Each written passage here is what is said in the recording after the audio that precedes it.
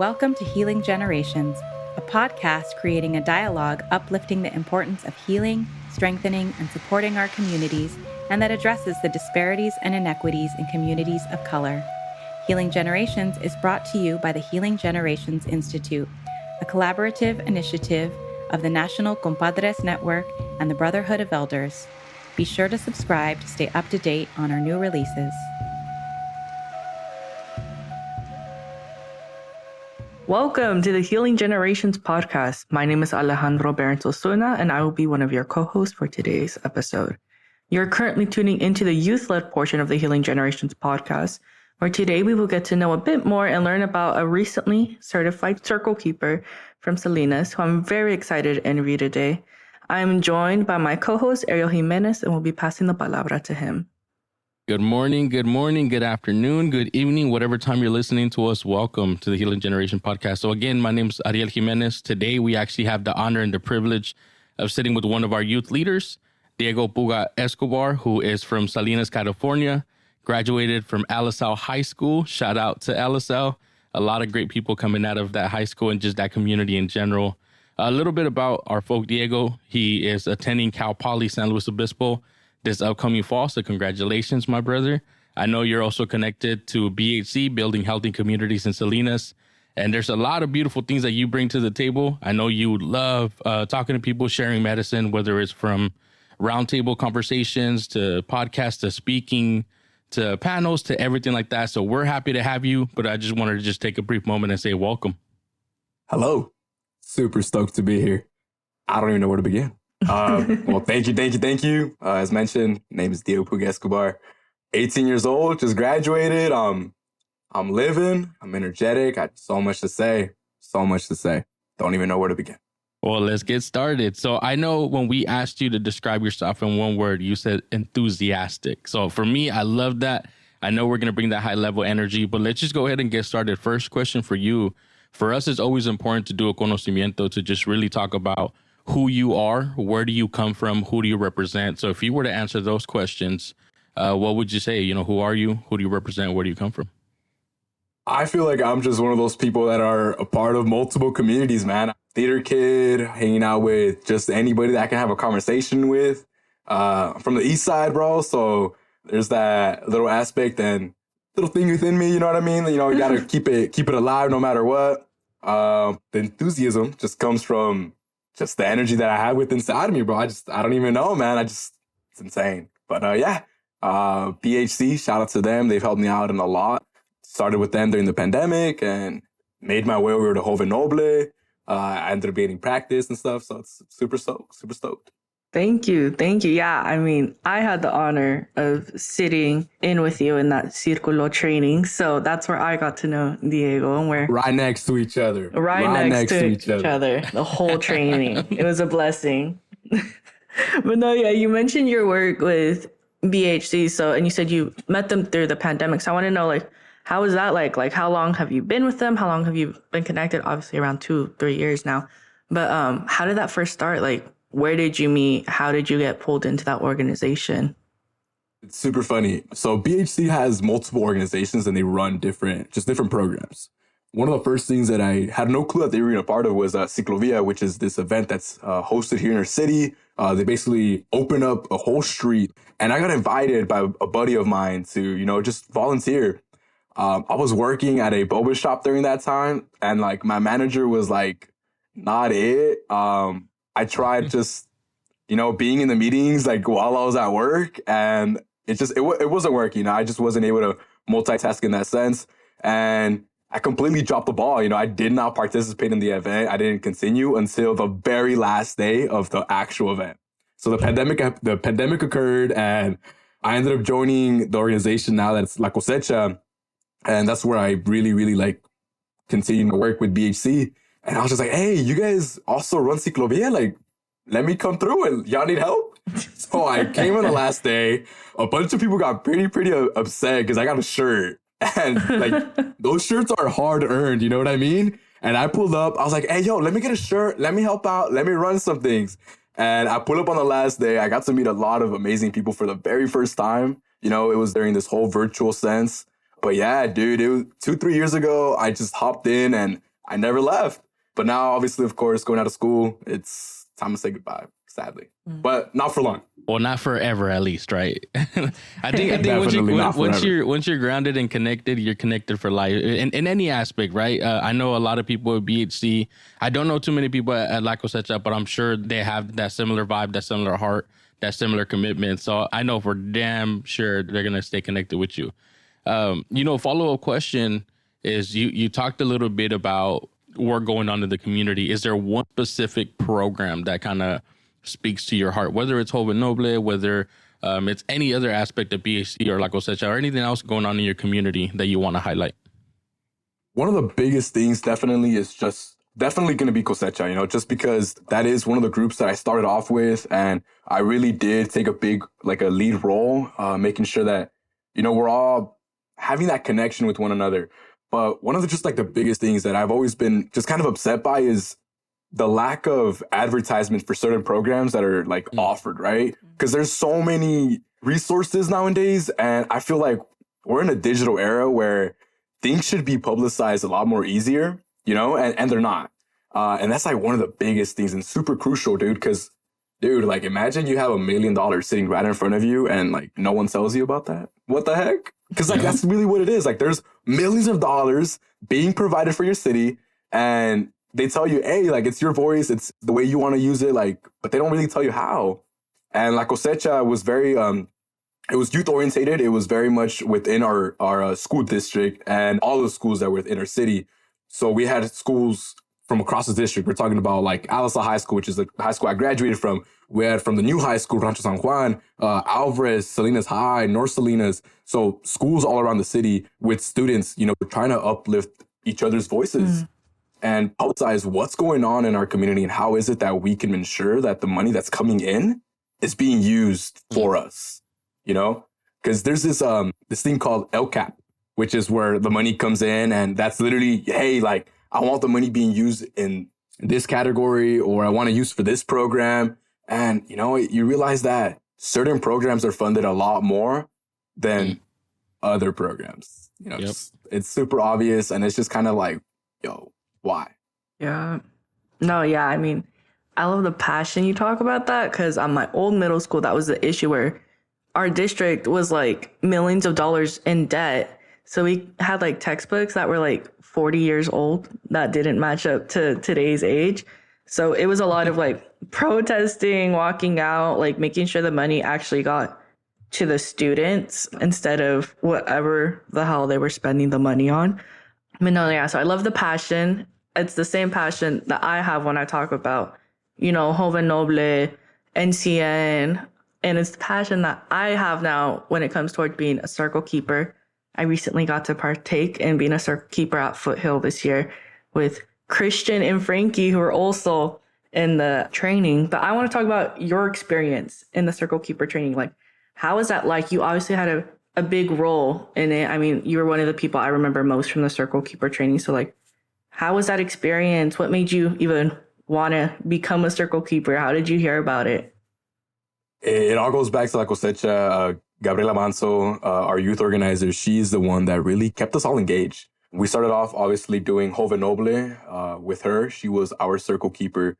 We had plenty of maestros coming in, teaching us the different healings and the different practices, and just showing us different lights, into how to self-heal. Mm-hmm. One of the things that I guess just the biggest thing is just wanting to become a circle keeper, was wanting to learn more, is wanting to just be able to take more in and be able to eventually show it to other people, And a lot of it just comes from that self-reflection, who it is that you want to be and who you are.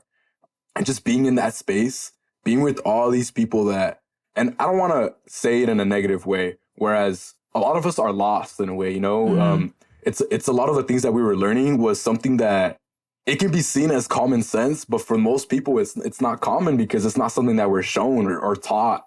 And something that's super, super emotional was just we're here, we're not neutral. We're crying. We're either super happy or we're just super bummed out. And just being in that sense really kind of neutralizes it all, and it just lets you flow it. Mm-hmm. It's like a river, and you're just flowing, dude. And whether it's happy tears, sad tears, it's just you're feeling, dude. And that's what it was. Just being in that space, being with everybody there. The energy was just surreal.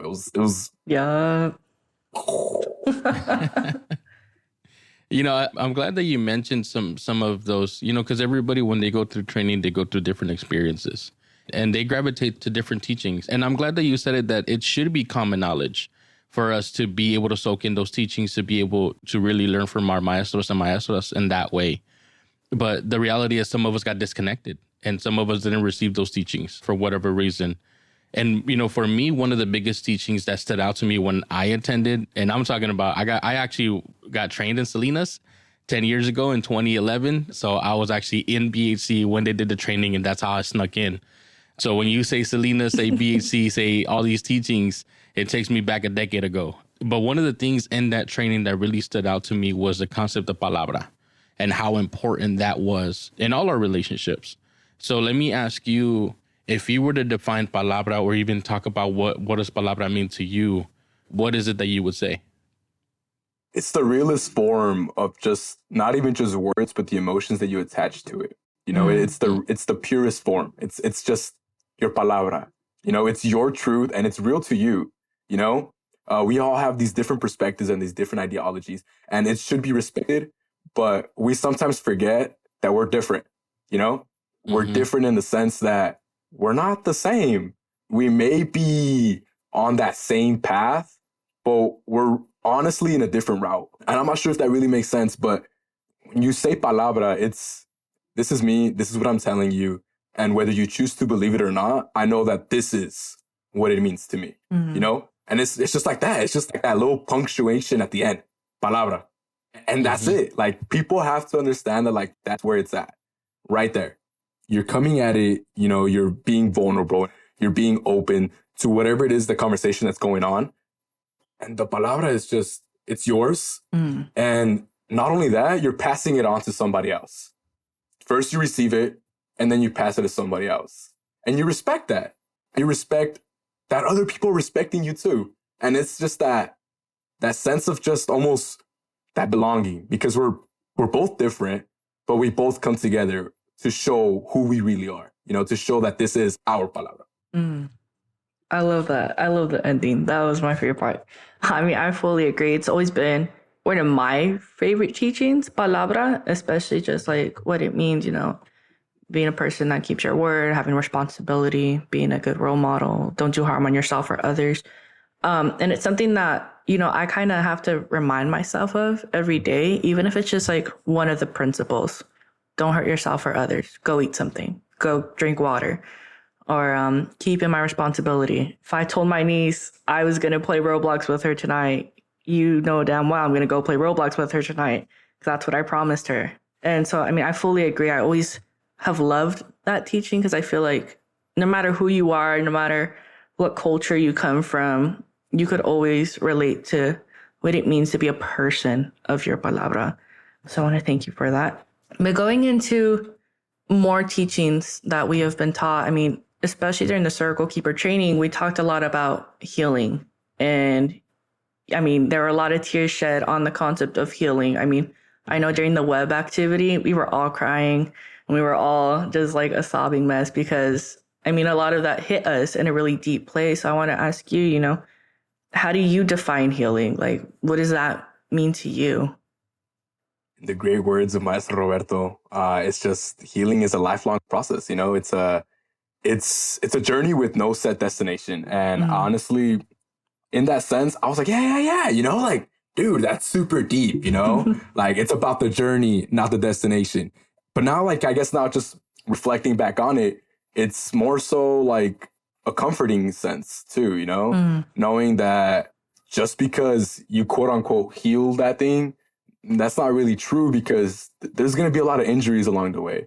And healing doesn't necessarily have to be being healed on something negative, It could be something positive too, on a different light, on a different perspective. Healing to me has been different, coming from parents that, crossed the border, came here for a better life.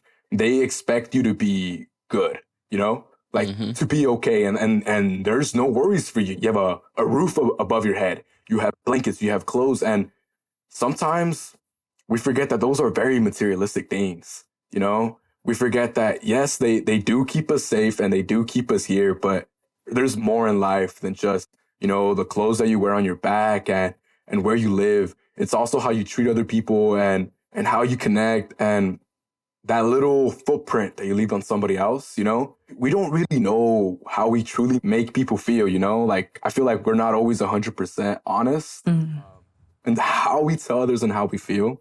So just that healing aspect is just kind of like, you're always there, it's always going to happen. You always have to heal from something, whether it's recovering from a long day of work the day prior, you got to heal back from that. And whether it's healing in your own way, there's just so many forms, so many methods. Just healing really does come in many shapes and forms, and it's kind of a part of you. Definitely. Healing is a journey for sure with no destination. So I definitely want to lift that up. You talked about footprints and people leaving footprints on one another, not knowing the impact that they left on one another. Who has been the person that has left footprints on your healing journey? Because sometimes in that journey, we might feel alone. And sometimes in that journey, we feel very supported and loved and with a lot of companions. Is there anybody or a group of people that you want to highlight that has helped you in your journey and left footprints on that path? I guess referring back to just high school, I used to hang out with a lot of people. Like my freshman year, it was just like a lot of people that just weren't very positive in my life. There were just people that kind of, and not to degrade them in any way, they just kind of just bum it, It's just like, oh, well, we're here at school kind of because we have to, stuff like that. And then those were the types of people that eventually got to a point where they quote unquote didn't like school, but it was just mostly because they fallen so far behind that they just couldn't catch up. And it was a lot easier for them to just say, oh, but just finding that group of people that really wanted to pick you up was just a lot of my friends that were in my math class, dude. My math teacher, especially, Mr. Ledesma, he was definitely one of those biggest school mentors that I could rely on, and eventually just kind of became like a family friend. They became super close, just keeping up on us and, having those conversations with my parents as well, like behind my back, you know what I mean? Like making sure that I'm keeping up my work. Because dude, I would stay up at school like pretty late, like we would stay till like 6, 7. I remember at one point, like it was a group of like 6 of us staying till about 9, like just hitting the books, going at it with math, and being surrounded with people that really wanted to succeed in that setting just reminded me that like, I got to keep going, like sometimes it's not even just for me. It's for the sacrifice that my parents made just coming here, and also accepting that this is what I want. I want to succeed too. And Mr. Ledesma is definitely one of the goats, man. One of the goats of Alice High. He was always pushing us. He eventually made me end up doing math over the summer, going over my sophomore year, end up doing like math 3 honors. And then I ended up doing calc. And it was like one of those things where it's like, yo, like I'm doing all these things and now I'm not even applying it to like my degree, you know what I mean? But like, it's still the fact that like I was surrounded with so many people that wanted to succeed, and it was a way for me to just keep up with my work, just making sure that I was involved. And that was who I was just those first 3 years of high school. And now because of that, I was able to join various groups, be able to just continue, because the more you are involved in school, whether it's like in sports or in ASB, they require you to have good grades regardless. Like if you want to be involved, you want to be a part of those things, you need to be up with your grades. Like they're not going to just take anybody in. So just by being in that setting, like it already makes me want to succeed because all of my friends are doing these fun things, but they have good grades. So I got to kind of do the same thing, I got to get my good grades and I got to go do some fun stuff, And if it really wasn't for my freshman year, that Math 1 advanced class, I wouldn't be doing a bunch of stuff that I'm doing now. Wouldn't be here. Straight up. Would not be here. Thank you for that. I mean, I really connect to the story about your math teacher because it wasn't until my junior year when we were mid-pandemic that I had a math teacher by the name of, he wouldn't let us call him Mr. anything. It was either Coach A or his first name, Javad. And he was like, he would hold me back all the time and be like, you want to just sit and talk? And I'm like, sure, let's sit and talk. Because he knew like a lot of us didn't have people to talk to during that time. So he would just sit and talk. What's your future looking like? Are you applying to school? Why are you sucking at math right now? Like, you're doing good on your homework. You're like the one participating most in class, but you're failing all your tests. Like, what's the problem?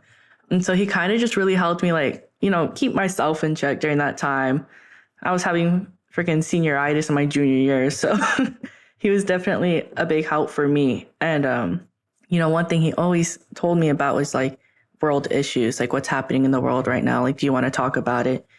So now I'm going to ask you one of my favorite questions. And I feel like you're just going to have such a dope answer to this question.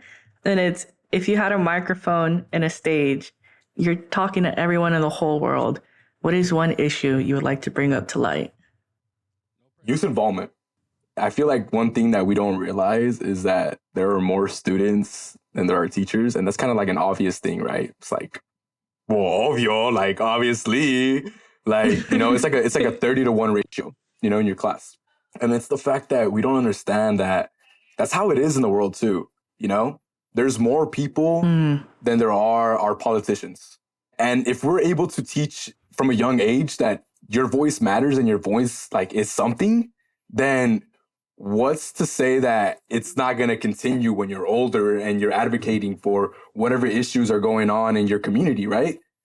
And I feel like it does start from that young age. If you're giving somebody the enthusiasm, or if it's just the fact that like, hey, like, encouraging these kids to speak up, because there are problems and issues that are right in front of our face, but the world has taught us to blur that out. It's almost like our nose. If you really pay attention to it, you can kind of see your nose a little bit, right? I don't know if you ever realized that. Maybe it's because I have a big nose, but I can see my nose sometimes.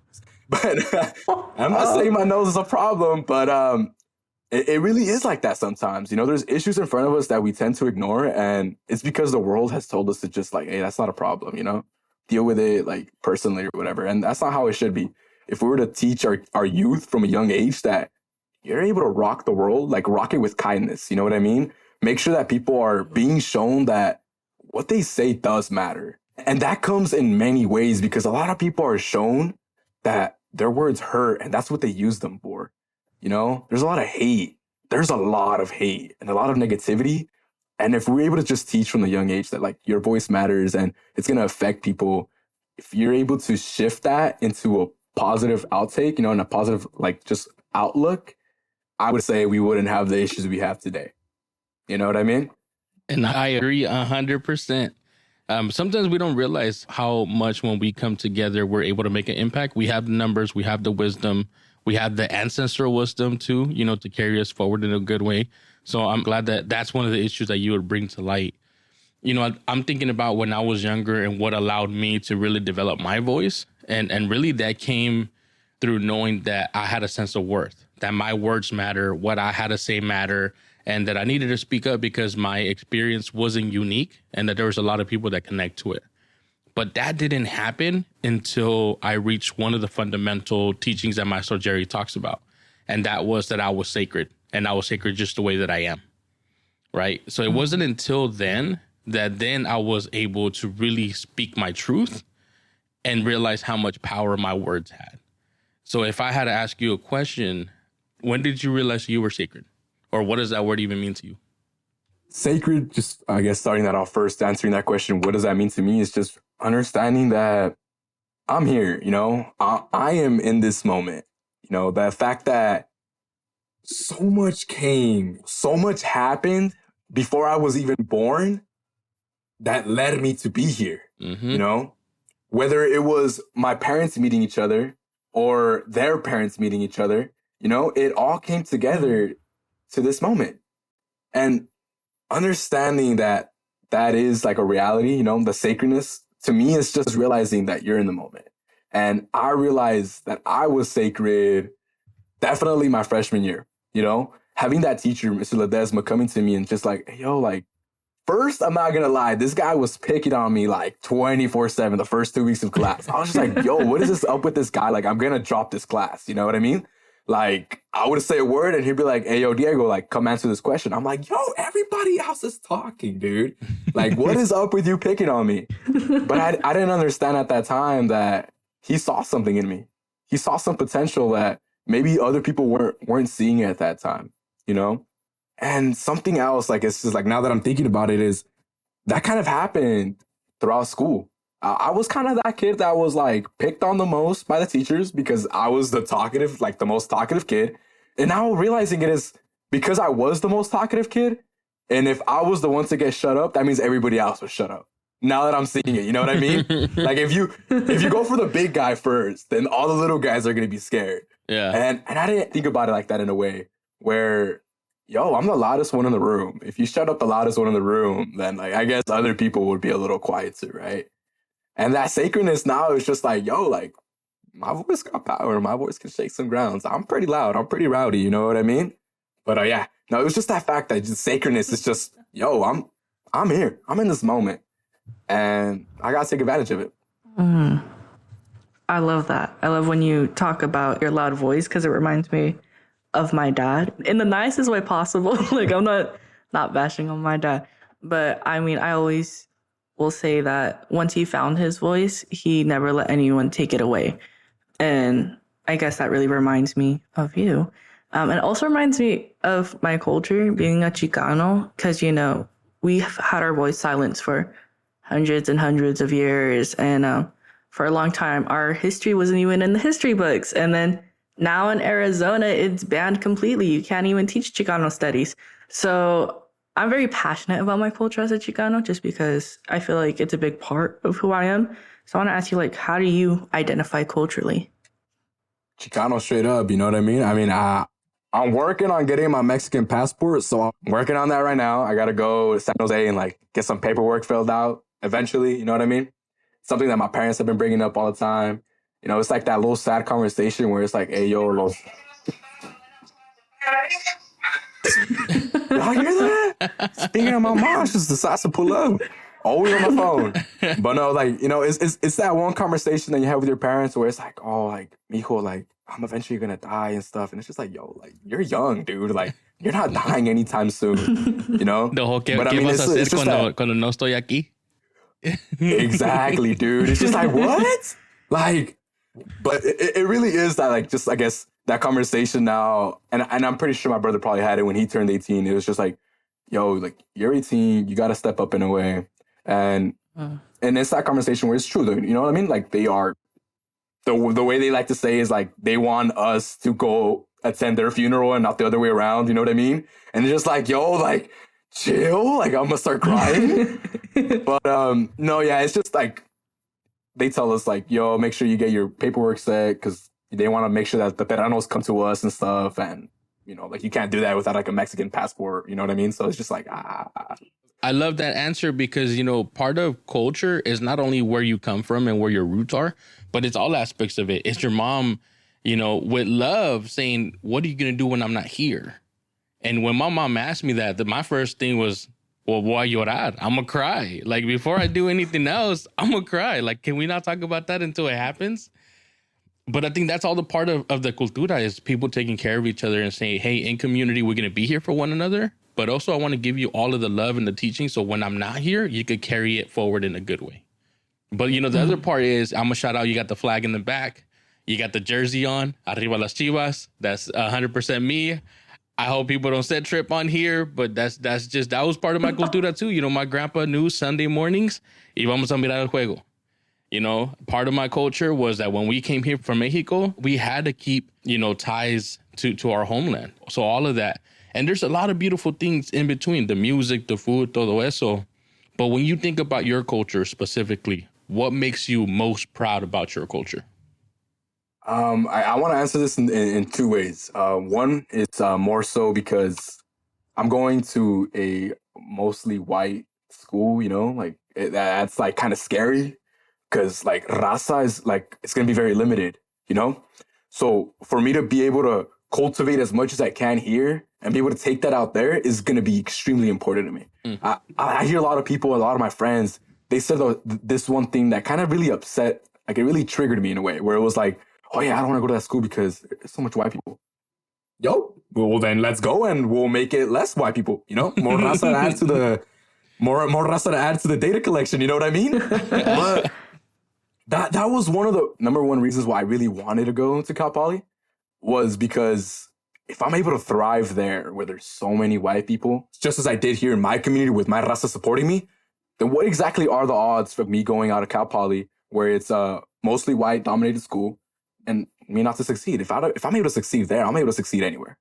You know, I'm going out to the most uncomfortable setting, and I'm gonna switch that around and make that my comfort.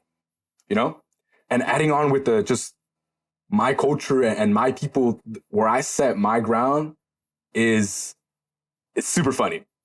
My parents always say, it's always like, tú no estás en el rancho. And that comes because we talk loud, you know, gritamos. Like, we'll be like, "Ama!" I'll be on the other side of the house. She'll be on the other side. She'll be like, "¿Qué?" And I'll be like, "Ama!" And it's just like, no están en el rancho. Like, cálmense, you know? Like, no están en el otro lado del terreno. Like, I'm right here. Para acá, camina para acá. Like, you know what I mean? Like, aquí están. And to me, it's always been kind of like a little backhand kind of thing where it's just like, oh, okay, well, like, you're telling me to be quiet, you know what I mean? But no, it's more so just kind of like, it's a joke, you know? And that's really how it should be taken, because that's how I always taken it. You know, who knows? Maybe they're being legit, telling me to be quiet. But no, it was more so just, hey, dude, like, you got to keep that cultureness like alive with who you are in every way that you can. You know, we're loud people, and people don't like that. Mm-hmm. And who am I to tell them that they have to like that? Cool. Get away from my space, son. If you're not accepting who I am, well, that's great. I'm accepting who you are, and I'm letting you keep your space away from me. So why can't you do the same? You know what I mean? And a lot of people don't respect that part. A lot of people don't understand that it's both yes and no. You know what I mean? Because like you're gonna be in settings where like you may not be culturally appropriate. You know what I mean? You gotta like code switch, and you gotta be a different person, and you gotta speak to the oppressor and be like, "Oh, I'm so sorry, sir. Oh, yes, sir." You know what I mean? And I realize that I've done that. You know, I have code switched. You know, I've been in settings where I'm talking to people and I'm talking to them in a different tone, talking to them in a different way. But it's just, I guess, sometimes just understanding that sometimes you do have to do that because you're realizing that other people are doing that for you. You know, and sometimes it's just a little weird. You know, having that little bit of that conversation, because it's like, do I code switch? Do I keep who I am? Because, like, I'm not going to pull up to an interview and just be like, "What up, my boy? Like, what's up? Like, ¿cómo estamos?" Like, but, hey, who knows? Like, that might eventually end up being my key into a certain position. You know what I mean? Who knows? That other guy might be Raza, and he'll be Raza with me back and be like, "What up? ¿Cómo estamos? ¿Cómo están?" You know what I mean? But it's just understanding that sometimes you do got to code switch. Sometimes you don't. And it really all comes down to you, man. You gotta live with the consequence that you made. You know what I mean? And it's just like sometimes our intentions, like sometimes they don't really correlate with the impact we make sometimes. Sometimes, you know what I mean? No, I mean, I fully agree with you. I love especially what you said about your school, you know, because what you don't realize is the more Chicanos that go there, the more Mexican people that go there, BIPOC people that go there, you're building it up for the next couple of generations.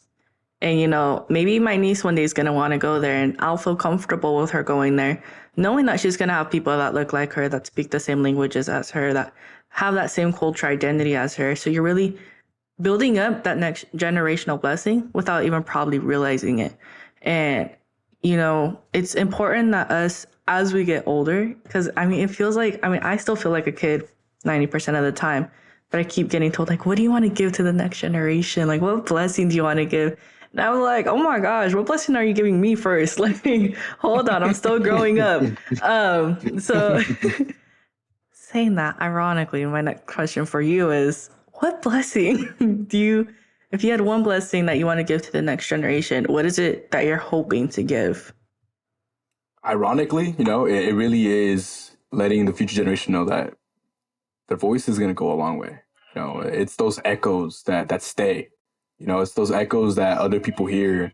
And you just got to make sure that what it is that we say correlates to what we want to do sometimes. Because sometimes we do say a lot and we don't do much. But that blessing would just be like, hey, like I said, I'm going out of Cal Poly, and I'm obviously intending to graduate from there and just show that you really can come out of the east side of Salinas and go to an all-white dominated school and do something. I haven't done it yet, but I'm just manifesting that, you know what I mean? And I hope that I keep to my word, keep to my palabra. It's just so that's what I'm going to be showing, you know, other people that cross my path, that are on the similar route as me and want to accomplish similar goals. It's just in that future generation aspect that, yo, like this kid out East Salinas, out on Falcon Drive, he made it out of 808, you know what I mean? Made it out of the 831 and went out of 808. And hopefully be able to come back to 831 and teach everybody else, like, yo, you don't got to go to the 808. You can go Stanford, go to Yale. What do you want to learn? You want to learn law? Cool. Let's go. You know what I mean? Mm-hmm. A lot of people don't understand. It's just like, oh, like imagine you hit him with the, all right, you want to go to Disneyland? Let's go to Disneyland. They'll be like, oh, right now? You know what I mean? And I hope that eventually it becomes a lot easier for us, and not easier and as in like it's going to be given to us, but we're leveling out the playing field. We have this same starting point, and although, like I said, it's not going to be the same path, it's not going to be the exact same route. We all may be going straight, and my straight is still straight, but it ends up hitting like a curve, it ends up hitting like a hill, it ends up hitting some tunnel. For some other people, it's just a direct path. Mm-hmm. That's the truth. And sometimes that direct path ends up being so direct because of people like you, like AB and myself, that took all the curves out of it. So, the reality is that our ancestors and our parents paved the way for us to be able to do what we do. And we're going to be able to pave it a little bit better for the next generation. And hopefully they're able to pave it a little bit better for the following generation. And part of that is not only paving it, but also providing a little bit of advice. I have one of my young men, Sam Alfay out of Denver, who always says, if you want to ask about the road ahead, you should ask someone walking back. Right. So in your journey, what advice would you give to that next generation? It's don't settle. Don't settle, And that shouldn't mean like, in a relationship or in a workspace or it's just don't settle, like there's so much more out there, but only you yourself know what is better for yourself. You know what I mean? In certain circumstances, of course, there's nothing wrong with asking for a little bit of guidance, but when it really comes down to yourself, you can truly just sit down, have that conversation with yourself and like, all right, like what's going on? What's going on? I heard this saying where it's sometimes people know what's wrong with them, even if it's like they're sick or something, like they know where that pain is coming from if they really focus on that pain, Like I feel like that's true, like obviously I'm not saying like, hey, yo, have a sit down and see what's wrong with you, for all like it's some chronic disease and you got to get that checked out by a professional, you know what I mean? But sometimes it really just comes down to just having that conversation with yourself and just being like, hey, yo, like, what's up? What do I need? And not only that, it's also like never settling with just the basics, and your basics are not my basics, my Hawaii is not your Hawaii. I went to Hawaii recently and they asked me if I would go back. No, I'd rather go to a rancho and just chill it out there, dude. Straight up. I feel the same Mejor way. me voy para mi rancho. Mejor me voy para mi rancho. Así de simple. Así de simple. I will go to Hawaii 100 times. Nothing against the rancho, but I fell in love with the beaches. And you know what? People thought I was local. They kept asking me if I was a big Mexican or a small Samoan. So I don't know. It might be my island. It might be my rancho. No, yeah, it's that don't settle, but that should be taken more so in your own perspective, whether it's pursuing a new career, maybe realizing that where you are settled just isn't for you. And that's okay.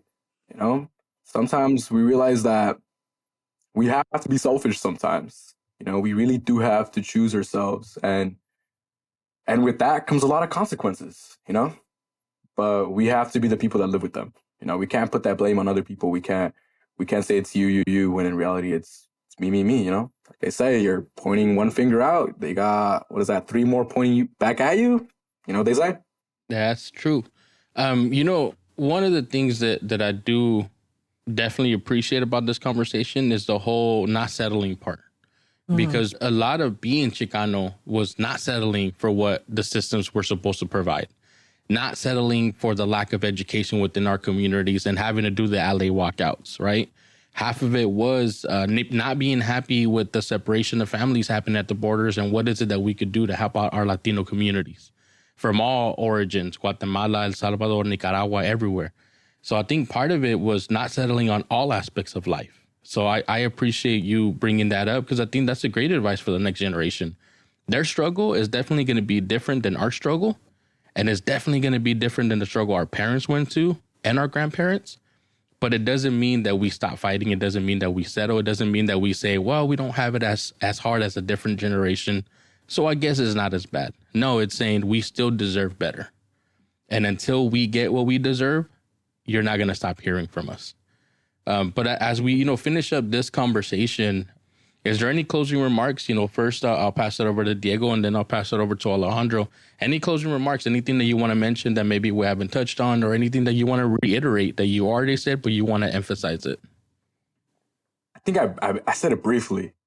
The intent you have behind your actions are not always going to match up with the impact that you leave, Mm-hmm. I can go in with the best intentions, and for all I know, the impact I leave can not be what I wanted to be directed, and sometimes a lot of us don't understand that being told that you're wrong, or the way you did something was just like not correct, it does leave an impact on other people. It leaves not the impact you wanted to leave behind. Mm-hmm. But if you're able to have those conversations with people and truly be like, hey, like, I'm so sorry that I was doing this. Can you help me just not do that again? Is kind of crucial, But then again, there's those people that just will be like, nope, not gonna help you. Like, you hurt me, and I'm not gonna help you not hurt me. Mm-hmm. Sometimes that's the way life is. We can't be perfect. We can't help people the way we want to help people sometimes. And the best thing that we can do is continue to be who we are in the best intent. And of course, if there's something that is incorrect, make sure that you're seeking that guidance, seeking that help, seeking that correction. But other than that, if your intents truly are positive and there's something that you want to continue and stuff, then go at it, Don't be afraid to have different impacts sometimes, because we're not all going to take it the same way. Mm-hmm. People see my energy as like, yo, like, what the, you know what I mean? Like, some people take it the wrong way. Some people think I'm on crack.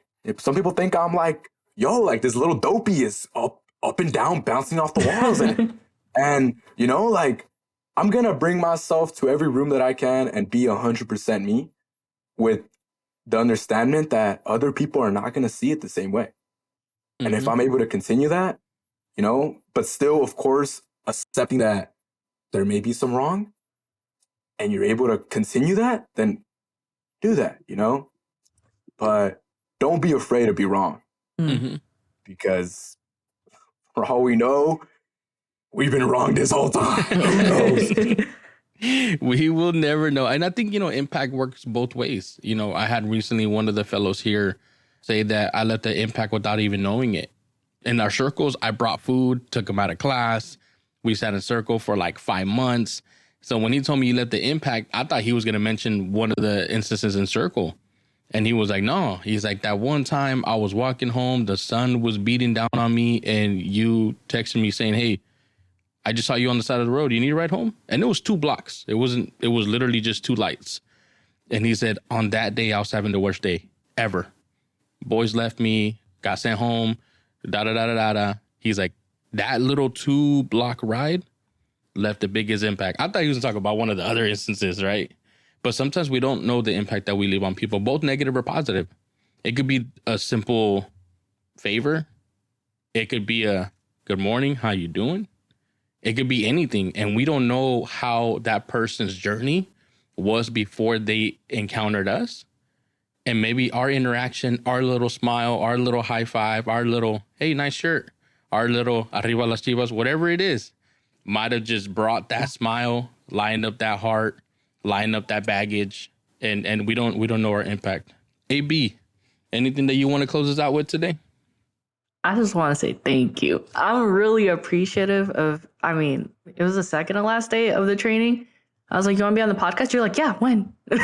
When do you want to do it? Let's do it right now. And so I just want to say a very big thank you for just being so ready to, jump in and be a part of this podcast and just your energy in that circle. Keep training. I mean, it's why I stayed in contact with you, because you just have such awesome energy. And I know you're going to do really big things in this world, and you're going to help a lot of other very shy people like me get out of their shell. So I want to say a big thank you to you. Big thank you to my co-host, Ariel. It's always a pleasure sitting in these podcasts with you, sharing the palabra with you. Thank you to our viewers. Make sure y'all listen on, subscribe. We're on every streaming podcast there is. Wherever you can stream a podcast, we are there, except YouTube. But yeah, I just want to give a big thank you to everyone listening, and I hope you guys have a good day. Thank you, Diego. Can't wait to celebrate all the big accomplishments that you have in Cal Poly and beyond. And I know East Salinas is very proud of you. So thank you for sharing the wisdom. AB, always thank you. And we'll be having another podcast, another segment soon. You said it. I'm here. I'm ready. And if it's tomorrow, let me know. No. But yeah, I know. Thank you guys. I really, truly appreciate just sharing the space with you. Thank you guys just so much for inviting me. It honestly is just super cool. First ever podcast. Thank you. And we're going to have you back for sure. Definitely. That is a given. And we're just happy to be here. So I just want to say not only to you, but all the people you're connected to, your maestros, your mentors, whether they're in high school, BC, La Cosecha, anywhere that you're connected to, I know they're extremely proud of you. The energy that you have, regardless of what other people try to label it, it's authentically you. Keep being you. Don't let anybody change you. And until we see each other again, we hope everybody has a blessed day. We hope everybody has a great rest of their week. And we can't wait for the next episode of the Healing Generation podcast. For more information about Healing Generations and the Healing Generations Institute, visit nationalcompadresnetwork.org and be sure to subscribe to stay up to date with our new releases.